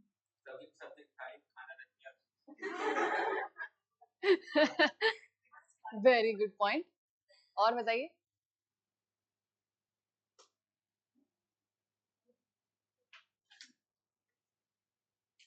सो in my point of view and the genuine, मतलब जो पॉइंट ऑफ व्यू हो सकता है यहाँ पर, वो ये है कि जो शिक्षित वर्ग का जो विचार था आधुनिकता के लिए, वो आधुनिकता का विचार तो सही था, लेकिन उनका क्रांति में शामिल ना होना, ये इस विश्वास के साथ कि ये आधुनिकता ब्रिटिशर्स भारत में लेकर आएंगे, ये गलत है। अगर वो ये देखते, वो पैटर्न देखते 1757 से लेकर 1857 तक, तो वो ब्रिटिश क्लास, वो ब्रिटिश कंपनी जो आधुनिक विचार को तो भारत में ला रही थी, लेकिन 1857 तक उन्होंने भारत की इकोनॉमी को डेवलप करने के लिए कोई भी प्रयास नहीं किए। हम्म, अगर वो यहाँ इंडस्ट्रीज लगा देते, अगर वो यहीं पे सेटलमेंट कर लेते, तो उनका भी भारतीयकरण हो गया होता। भारतीय, हाँ, कह सकते हैं, बिल्कुल कह सकते हैं। क्योंकि अब ये बहुत अच्छा क्वेश्चन है कि अगर वो डेवलपमेंट करते, अगर वो यहाँ पर सेकेंडरी सेक्टर को इवॉल्व करते, अगर स्वतंत्रता के लिए लड़ाई नहीं होती, अगर वो इकोनॉमी को डेवलप करते, तो भारतीय क्या होते? शासन के विरुद्ध नहीं होते, स्वतंत्रता के लिए लड़ाई नहीं होती, कभी ये महसूस नहीं होता कि ये हमारी सरकार नहीं है, ये तो विदेशी शासन है, और विदेशी शासन जब तक नहीं हटेगा हमारा भला नहीं होगा, तो स्वतंत्रता के लिए लड़ाई नहीं होती। स्वतंत्रता की लड़ाई नहीं होती तो आज हम स्वतंत्र नहीं होते, अभी तक ब्रिटिश रूल चल रहा होता। समझ रहे हो ये क्यों हुआ? ये क्वेश्चन आपको बहुत सही लगा, पहले तो इनके लिए क्लैप करिए, seriously I am saying very good. Reason, ये जो हुआ भारत में स्वतंत्रता के लिए लड़ाई हुई, ये किसका परिणाम था? यूरोप के कुछ पावर जो एक्सपांशनिस्ट पॉलिसी को फॉलो कर रही थी, जो इंपीरियलिज्म को फॉलो कर रही थी, मतलब साम्राज्यवाद, कि मैं जो जो मतलब किसी नेशन के कंटेक्स्ट में बोल रही हूँ, चाहे ब्रिटेन हो, ब्रिटेन क्या सोच रहा था कि मैं अपनी जगह पे लोकेटेड हूँ, लेकिन मेरी जो पावर हो वो विश्व के दूसरे दूसरे केंद्रों में होनी चाहिए, विश्व के जितने ज्यादा से ज्यादा क्षेत्र हैं वो मेरे अधीन होने चाहिए। ब्रिटेन की संसद में बैठे हुए लोग अपने उपनिवेशों के लिए, अपनी कॉलोनीज के लिए डिसीजन बनाते थे, कानून बनाते थे, नीतियां बनाते थे। ब्रिटेन की पार्लियामेंट में नीतियां बनती थी भारत के लिए, और भारत के साथ साथ जितने भी ब्रिटेन के उपनिवेश थे उन सबके लिए नीतियां बनती थी ब्रिटेन की पार्लियामेंट में। अगर लोकतंत्र का विचार नहीं आता और ब्रिटिशर्स का डिस्क्रिमिनेटरी अगर रूलिंग सिस्टम नहीं होता, दोनों बातों को ध्यान से सुनना। आज पहली बार मुझे क्लास अच्छी लगी, ठीक है, अब लग रहा है कि आपके अंदर यूपीएससी सेंस आ चुका है। अगर लोकतंत्र का बहुत ज्यादा प्रमोशन नहीं हो रहा होता और लोकतंत्र के साथ साथ अगर ब्रिटिशर्स की डिस्क्रिमिनेटरी, अगर भेदभावपूर्ण शासन व्यवस्था नहीं होती, भेदभावपूर्ण शासन व्यवस्था का मतलब क्या होता है कि ब्रिटेन के नागरिकों को तो लोकतांत्रिक सरकार होने के नाते पूरे अधिकार देना, उनको तो नागरिक अधिकार देना, और उपनिवेश की जनता का शोषण करना, अगर ये भेदभाव नहीं रहा होता तो आज भी ब्रिटिश रूल होता। लेकिन उस समय क्या हुआ, साम्राज्यवाद था, और साम्राज्यवाद में अपना शासन स्थापित करना, अपनी संस्कृति को थोपना, अपने उपनिवेश की जनता का शोषण करना, उनके संसाधनों का, प्राकृतिक और मानवीय संसाधनों का, ब्रिटेन की पावर बढ़ाने के लिए, उसका गौरव बढ़ाने के लिए कि देखिए हमारे पास कितनी इकोनॉमी है, देखिए हमारे अधीन कितनी टेरिटरीज हैं, कितने देश हमारे अधीन हैं, कितने क्षेत्र, देश का कॉन्सेप्ट फिर बाद में आ जाएगा, कितने क्षेत्र हमारे अधीन हैं, कितने प्राकृतिक संसाधन हमारे अधीन हैं। प्राउड फील करते थे, it was the matter of Prestige, अपने गर्व की अनुभूति किया करते थे, कितने क्षेत्र हमारे उपनिवेश बने हुए हैं। और इसीलिए वो क्या करते थे कि एक भेदभाव बना रहे, एक नस्लीय भेदभाव बना रहे। ब्रिटिश आर कैसे हैं, मोस्ट सिविलाइज्ड पीपल, तो वो एक अलग रेस थी। उन्होंने उपनिवेशों के साथ जो भेदभाव किया, उपनिवेश की जनता जैसे शिक्षित हुई, उन्होंने सीधे सीधे क्वेश्चन मार्क लगाना शुरू कर दिया कि हेलो सर, आपने अभी कहा कि ब्रिटेन में लोकतंत्र है, और लोकतंत्र का तो मतलब होता है कि जनता का तंत्र, जनता का शासन। इसका मतलब जो सरकार चुनी जाएगी वो जनता के द्वारा चुनी जाएगी, और जो चुनी हुई सरकार होगी वो जनता के प्रति रिस्पॉन्सिबल होगी, उत्तरदायी होगी। तो अगर आप वाकई में लोकतांत्रिक शासन व्यवस्था वाले हैं तो ब्रिटेन की जनता को जो अधिकार हैं वो अधिकार भारतीयों को क्यों नहीं है? समझ रहे हो? अब इसी चीज को मैं यहां से कनेक्ट करूंगी, समझना। मेरा मानना ये है, और एक हिस्टोरिकल पॉइंट ऑफ व्यू से भी, हिस्ट्री के पॉइंट ऑफ व्यू से भी, शिक्षित वर्ग का ये जो डिसीजन था 1857 की क्रांति में पार्टिसिपेट नहीं करना, ये गलत था।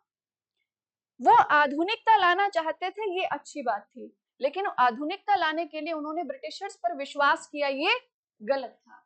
किसी भी क्षेत्र में जब बदलाव लाने की बात होती है तो शिक्षित वर्ग की जिम्मेदारी होती है कि वो बदलाव लेकर आए।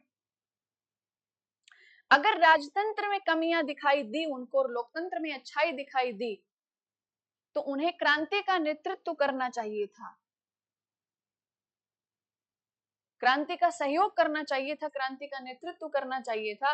और नेतृत्व करने के बाद, वो क्रांति के बाद जब सफल हो जाती वो क्रांति, तो अपने तरीके से, अपने हिसाब से उसको आगे चलाते, लोकतांत्रिक व्यवस्था को वहां पर लागू करने का प्रयास करते।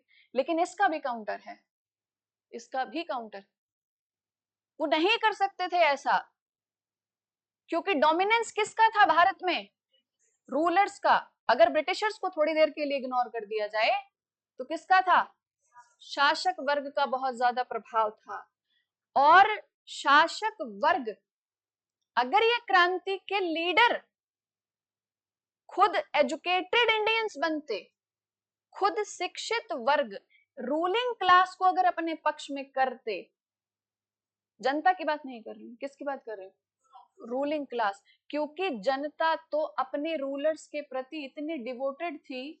मैंने कल आपको झांसी के बारे में बताया था कि वहां की महिलाएं भी लड़ने के लिए और अपनी जान की बाजी लगाने के लिए तैयार हो गई थी। अपने रूलर्स के प्रति इतनी डिवोटेड थी वो जनता। परिवर्तन, समाज और धर्म में सुधार के लिए जो परिवर्तन किए जा रहे थे, उन परिवर्तनों का भी इतना बड़ा ड्रास्टिक चेंज, इतना बड़ा रिजल्ट सामने नहीं आया था 1857 तक। दूसरा, लोकतांत्रिक शासन व्यवस्था के बारे में पूरे तरीके से जानकारी भारतीयों को अभी तक नहीं हुई थी, पूरी लोकतांत्रिक व्यवस्था को सीखा नहीं था। समझ रहे हो? क्यों? क्योंकि भारत में एजुकेशन ही 1813 के बाद से इन्होंने ज्यादा एम्फेसिस दिया है इंडिया में एजुकेशन को प्रमोट करने के लिए। तो वो कहते ना, वो वही हाल हो जाता आधी अधूरी तैयारी के साथ।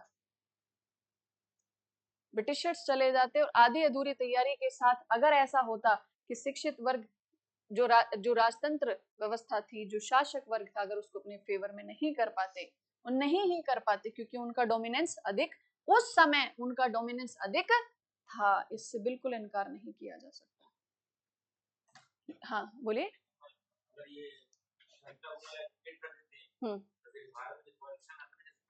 एजुकेशन, भारतीय जनता को एजुकेटेड करना, इसका मतलब पूरी जनता तक शिक्षा की पहुंच बनाना। पूरी मतलब शिक्षा की पहुंच बनाने का मतलब क्या होता है कि आप एकदम ग्राउंड लेवल से लेकर हायर एजुकेशन तक का वो पूरा एजुकेशन सिस्टम डेवलप करो। एजुकेशन सिस्टम पहले भी भारत में था, ऐसी बात है ही नहीं कि ब्रिटिशर्स से पहले भारत में एजुकेशन नहीं थी। अरे इंडिया में तो प्राचीन काल से शिक्षा बहुत ज्यादा अच्छी थी, समृद्ध थी।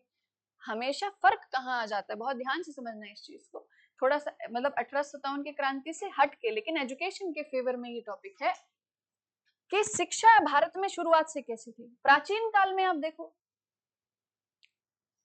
प्राचीन काल में तक्षशिला शिक्षा का कितना बड़ा केंद्र था ना, विक्रमशिला यूनिवर्सिटी, नालंदा, ये शिक्षा के बहुत बड़े बड़े केंद्र थे। और ये ऐसे केंद्र नहीं थे जिसमें सिर्फ भारतीय आते हों, ये वो केंद्र थे जहां विदेशों से लोग यहाँ पर रिसर्च करने के लिए आते थे। जब विदेशी लोग भारत में पढ़ने के लिए, रिसर्च करने के लिए, एजुकेशन के लिए भारत में आते थे, कई कई वर्षों तक यहाँ रहे। क्यों भारत में विदेशी यात्री इतने ज्यादा आए? यूपीएससी क्वेश्चन पूछ लेता है ना कि विदेशी यात्री भारत में कब, किसके समय में विदेशी यात्री आया, क्यों पूछा जाता है? आप किसी क्षेत्र की यात्रा क्यों करोगे? अगर आपको मौका मिले तो आप सोचते हो ना, अगर मुझे मौका मिले तो मैं ब्रिटेन जाऊंगा, मुझे मौका मिले तो मैं यूएस जाऊंगा, अपने अपने हिसाब से आप सब सोच लेते हो कि मैं कहाँ जाऊंगा। तो आप किसी भी नए क्षेत्र में, विदेश में यात्रा करने के लिए क्यों आप मतलब तैयार हो जाएंगे? क्योंकि कहीं ना कहीं उसकी कोई बात ऐसी होगी जो आपको अट्रैक्ट करती होगी। हो सकता है वहां की एजुकेशन लेने जाएं आप, हो सकता है वहां जॉब करने के लिए जाएं, हो सकता है वहां का कल्चर आपको पसंद हो सकता है वहां की स्पिरिचुअल नॉलेज से आप अट्रैक्ट हो और वो सीखने के लिए जाएं, अध्यात्म से जुड़ने के लिए जाएं। कोई भी हो सकता है ना कारण, तो कोई भी कारण हो सकता है। तो भारत तो शुरुआत से शिक्षा और संस्कृति में इतना समृद्ध था कि उसके चर्चे विदेशों में हुआ करते थे, और जब कोई बाहर जाकर उनके चर्चे कर देता था तो बाहर से विदेशी यात्री बार बार भारत की यात्रा पे आते थे। सुन सुनकर ज्यादा ज्यादा लोग आते थे भारत की यात्रा पर। जब आते थे यहाँ शिक्षा ग्रहण करते थे। फर्क क्या था ब्रिटिश एजुकेशन में और उससे पहले की एजुकेशन में, ये इंपॉर्टेंट है। अलग अलग समय पर जो शासन व्यवस्था रही, उस शासन व्यवस्था के अनुसार शिक्षा के विषय निश्चित हुए। जैसे अभी भी हमारी जो सरकार है, सिलेबस में चेंजेस होते हैं, किसके अकॉर्डिंग होते हैं?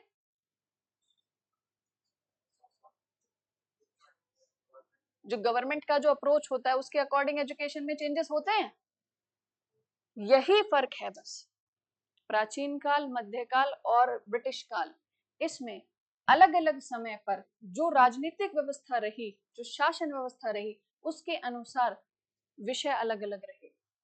कभी प्राचीन काल में ऐसा समय भी था जब गणित हो गया, ठीक है, अर्थशास्त्र हो गया, राइट, विज्ञान हो गया, इन पर रिसर्च हुआ करती थी भारत में। खगोल शास्त्र हो गया, वास्तुशास्त्र हो गया, इन पर रिसर्च हुआ करती थी। मध्यकाल तक आते आते धर्म और धर्म से जुड़े हुए विषय का प्रभाव बढ़ गया था। क्यों? क्योंकि भारत में मध्यकाल के दौरान नई राजनीतिक व्यवस्था स्थापित हुई थी, और उस नई राजनीतिक व्यवस्था ने राजनीतिक व्यवस्था के साथ साथ धार्मिक व्यवस्था को भी लागू किया था, संस्कृति को भी लागू किया था। मध्यकाल के दौरान अगर आप शिक्षा के विषय देखोगे तो आपको ज्यादा ज्यादा कैसे विषय मिलेंगे?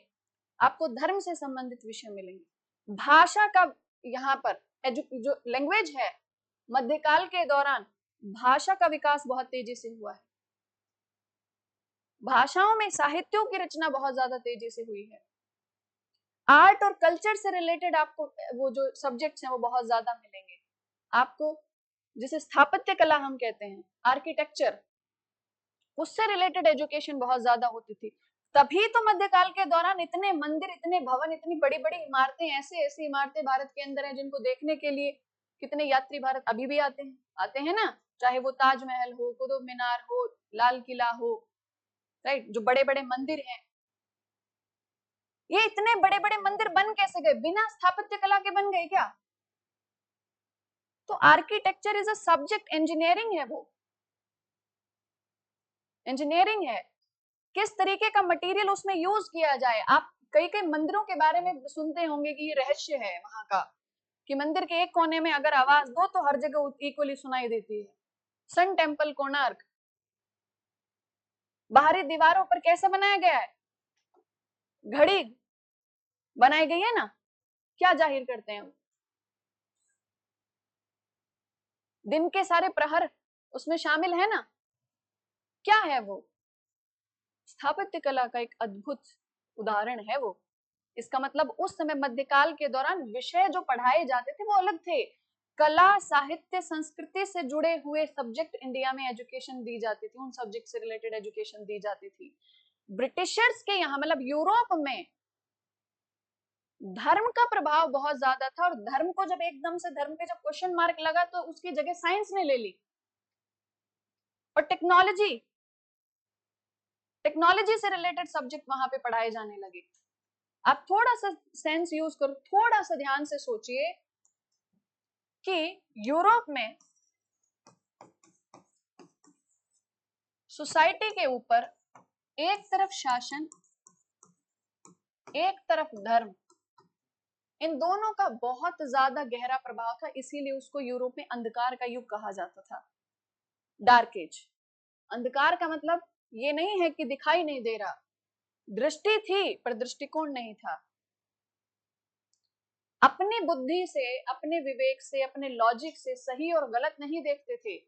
जो धर्म ने कह दिया वो सत्य, जो शासन ने कह दिया वही पूर्ण। ये हुआ जब इन दोनों का दबाव यूरोप की जनता के ऊपर इतना एक्सट्रीम हो गया कि जनता को लगने लगा कि हमारा तो अस्तित्व ही समाप्त हो चुका है, हम कुछ बचे ही नहीं हैं। तो जब उन्होंने इस व्यवस्था से रिवॉल्ट किया, तो जैसे हम 1857 की क्रांति को कहते हैं कि क्रांति थी, वो तो क्रांति थी हथियारों वाली, यहाँ पे विचारों की क्रांति थी। तो यहाँ पे विचार बदले। जब विचार बदले तो इन्होंने कहा कि आपकी और आपकी जिम्मेदारी क्या है? धर्म इसकी प्रोग्रेस के लिए होना चाहिए। तो जब धर्म पर क्वेश्चन उठाया तो विज्ञान आया कि हम नहीं मानते कि ये सारी सृष्टि ईश्वर की रचना है। ईश्वर कहते हैं तो नदियां बहती हैं, ये प्रकृति का नियम है, ये गुरुत्वाकर्षण बल है। मतलब जो भी हमारे सराउंडिंग में हो रहा है, that is because of the rule of the nature, law of nature. आप हर चीज को ईश्वर का चमत्कार ना कहें, ये प्रकृति है, प्राकृतिक नियमों पर चलती है। तो जो पहले धर्म की बातें थी उसका स्थान किसने ले लिया? विज्ञान ने उसका स्थान ले लिया। तो यूरोप में क्या आ गया? विज्ञान आ गया। दूसरी तरफ जो शासक वर्ग थे, जो जनता की परवाह किए बिना सिर्फ अपना रूल उसके ऊपर थोप दिया करते थे, अपनी नीतियां लागू कर दिया करते थे, थोप दिया करते थे, कोई परवाह नहीं जनता की, कोई परवाह नहीं जनता की। अब इनके ऊपर क्वेश्चन मार्क लगा। इनसे पूछा गया शासक वर्ग कैसा होना चाहिए? उन्होंने कहा शासन तो जनता के लिए होना चाहिए। तो जब ये कहा गया कि शासन जनता के लिए होना चाहिए, तब यहां पर क्या हुआ? राजनीतिक विचारधारा का जन्म हुआ। इसीलिए पॉलिटिकल थिंकर्स आए यूरोप में, फिलोसोफर्स आए, और उन पॉलिटिकल थिंकर्स एंड फिलोसोफर्स ने क्या किया? ऐसे तंत्र की बात की जहां पर जनता शक्ति में हो, जनता केंद्र में हो, और यहां इमर्ज हुआ लोकतंत्र। अब ये वहां के स्कूल और कॉलेजों के विषय बन गए। समझ रहे हो बात? अब ये वहां के सब्जेक्ट बन गए, वहां पॉलिटिकल जो सिस्टम्स थे वो पढ़ाए जाने लगे, राजनीतिक व्यवस्थाओं पर शिक्षा दी जाने लगी, राजा की जिम्मेदारियों की बात होने लगी, शिक्षा के जो विषय होते थे उसमें बच्चों को पढ़ाया जाता था कि एक सिटीजन होने के नाते, एक नागरिक होने के नाते आपके पास क्या अधिकार हैं, आपके कर्तव्य क्या हैं, शासन के प्रति आपकी रिस्पॉन्सिबिलिटी भी तो होगी, आपकी कुछ ड्यूटी भी तो होगी। तो यहाँ पर क्या हुआ, शासन और जनता इन दोनों की जिम्मेदारियां एक दूसरे के प्रति सुनिश्चित होने लगी, और ये वहां की एजुकेशन का विषय बन गया, सब्जेक्ट बन गया। ऐसे ही धर्म जब सप्रेस किया गया तो विज्ञान क्या बन गया, विषय बन गया। अब भारत में भी शिक्षा थी, और भारत में शिक्षा के विषय कौन कौन से थे, यहाँ धर्म, भाषा, साहित्य, तकनीकी भारत में भी थी, लेकिन वैसे तकनीकी नहीं, यहाँ पर तकनीकी थी लेकिन वो तकनीकी सीमित थी, मशीनें इतनी ज्यादा नहीं थी जैसे यूरोप में इवॉल्व हुई। साथ ही कला, अब देखो इस कला में अगर हम खगोल शास्त्र, अगर स्थापत्य की बात करें तो स्थापत्य कला, क्या बिना गणित के कोई इमारत बन सकती है, नहीं बन सकती ना। बिना वास्तु के क्या इमारत बन सकती है, नहीं, हर चीज का प्रभाव होता था। तो जब इमारतें बना करती थी तो वास्तुशास्त्र, गणित, इन सब का पूरा ज्ञान हुआ करता था। मटेरियल के नॉलेज के बिना, बिना मटेरियल के एक्चुअल नॉलेज के बड़ी से बड़ी इमारतें बना देंगे, तो उस मटेरियल के ऊपर विश्वास होता होगा तभी तो इतनी ऊंची ऊंची इतनी भारी भारी इमारतें हुआ करती होंगी ना। वो इमारतें आज भी बनी हुई हैं, तो वैसी की वैसी खड़ी हुई हैं जमीन पर, उनका अस्तित्व वैसा ही है। इसका मतलब मटेरियल की नॉलेज थी। Metallurgy, metallurgy is a topic of engineering. तो इंडिया में सब्जेक्ट अलग थे, एजुकेशन बहुत स्ट्रांग थी भारत की, बस फर्क ये हुआ कि जब ब्रिटिश भारत में आए तो यहाँ पे एक दो सब्जेक्ट और जुड़ गए, और वो सब्जेक्ट क्या जुड़ गया, यहाँ पर राजनीति विज्ञान, ये सब्जेक्ट भारत में जुड़ गया। और जब राजनीति विज्ञान भारत में जुड़ा तो भारत ने भी, या भारतीयों ने भी लोकतंत्र के बारे में जाना, और जब लोकतंत्र के बारे में जाना तब उन्होंने क्या क्या सोचना शुरू कर दिया कि अभी तक भारत में जितनी राजनीतिक व्यवस्था रही है प्राचीन से मध्यकाल तक, सारी की सारी राजतंत्रात्मक रही है, तो क्यों ना भारत में भी लोकतंत्र लाया जाए। वो लोकतंत्र के पक्षधर इसलिए नहीं थे कि भारत में पहले से कभी कोई विकास नहीं था, भारत में विकास बहुत अच्छा था, बस शासन की जो नई व्यवस्था थी, लोकतंत्र, जनता का शासन, उसको इंडिया में इंट्रोड्यूस करना चाहते थे। गेटिंग दिस, समझ में आया, पक्की बात है। और कोई क्वेश्चन? हम्म हम्म हम्म हम्म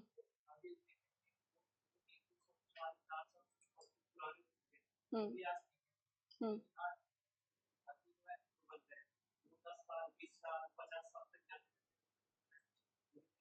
लाइफ टाइम खत्म हो जाती है उनकी, राइट।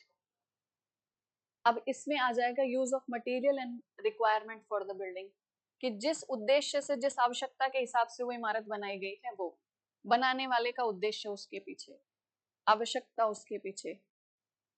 आज कोई भी इमारत, क्या कोई कलात्मक इमारत के रूप में आप उदाहरण के रूप में स्थापित करते हो? अगर कोई ऐसी इमारत बनाने का विचार होगा भारत में जिसे जिसे हम बनाते समय ये विचार रखें, जिसे इस उद्देश्य से बनाया जाए कि ये कला का प्रतीक होगा। आज जितने भी भारत की इमारतें हैं, चाहे मंदिर हो, चाहे मस्जिद हो, चाहे किले हो, महल हो, बावड़ियां हो, जो कुछ भी हो, वो जिस समय बनाई गई थी उस समय वो सिर्फ एक इमारत के नजरिए से नहीं बनाई जाती थी, वो बनाई जाती थी भारत की समृद्धि के प्रतीक के रूप में। जिस क्षेत्र में बनाई जाती थी उस क्षेत्र के राजा की समृद्धि दिखाई देती थी, शासक की समृद्धि दिखाई देती थी।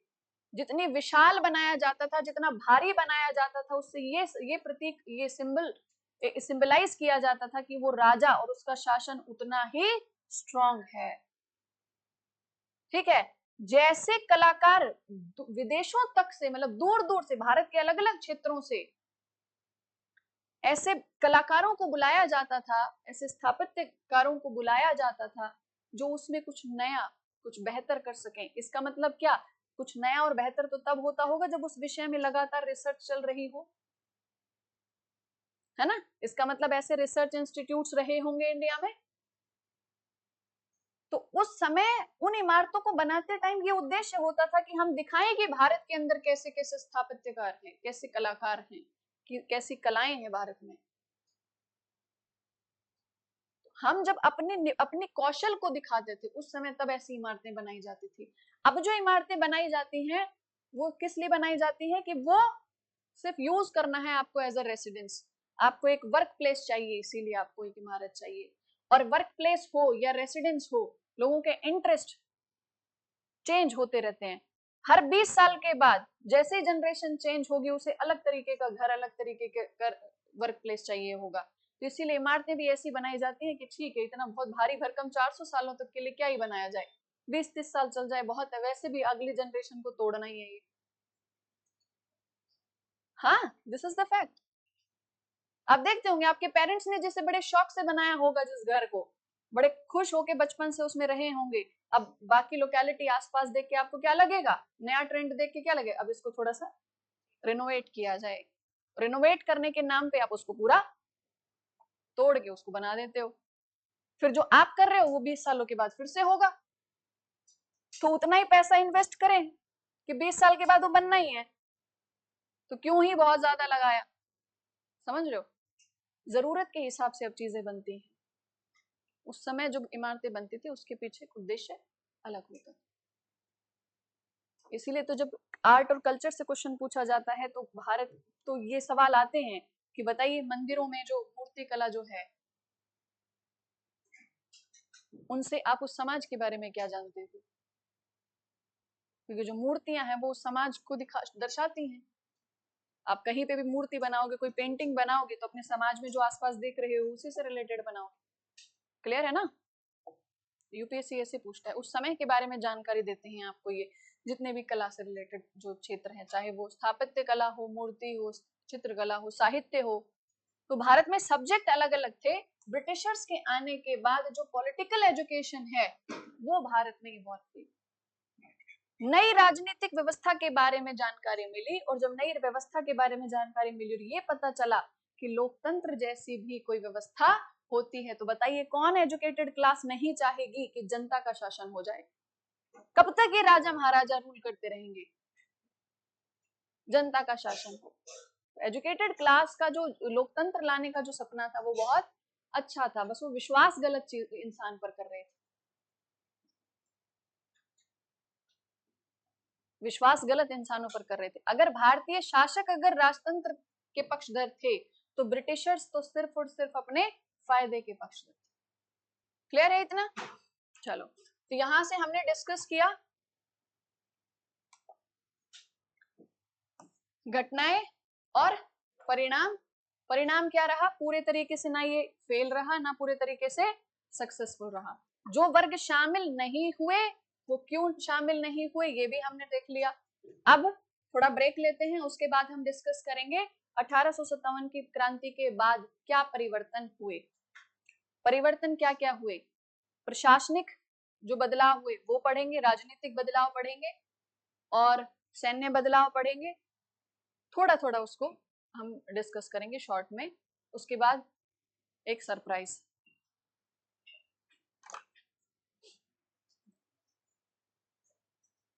ठीक है, चलो लेट्स टेक अ ब्रेक।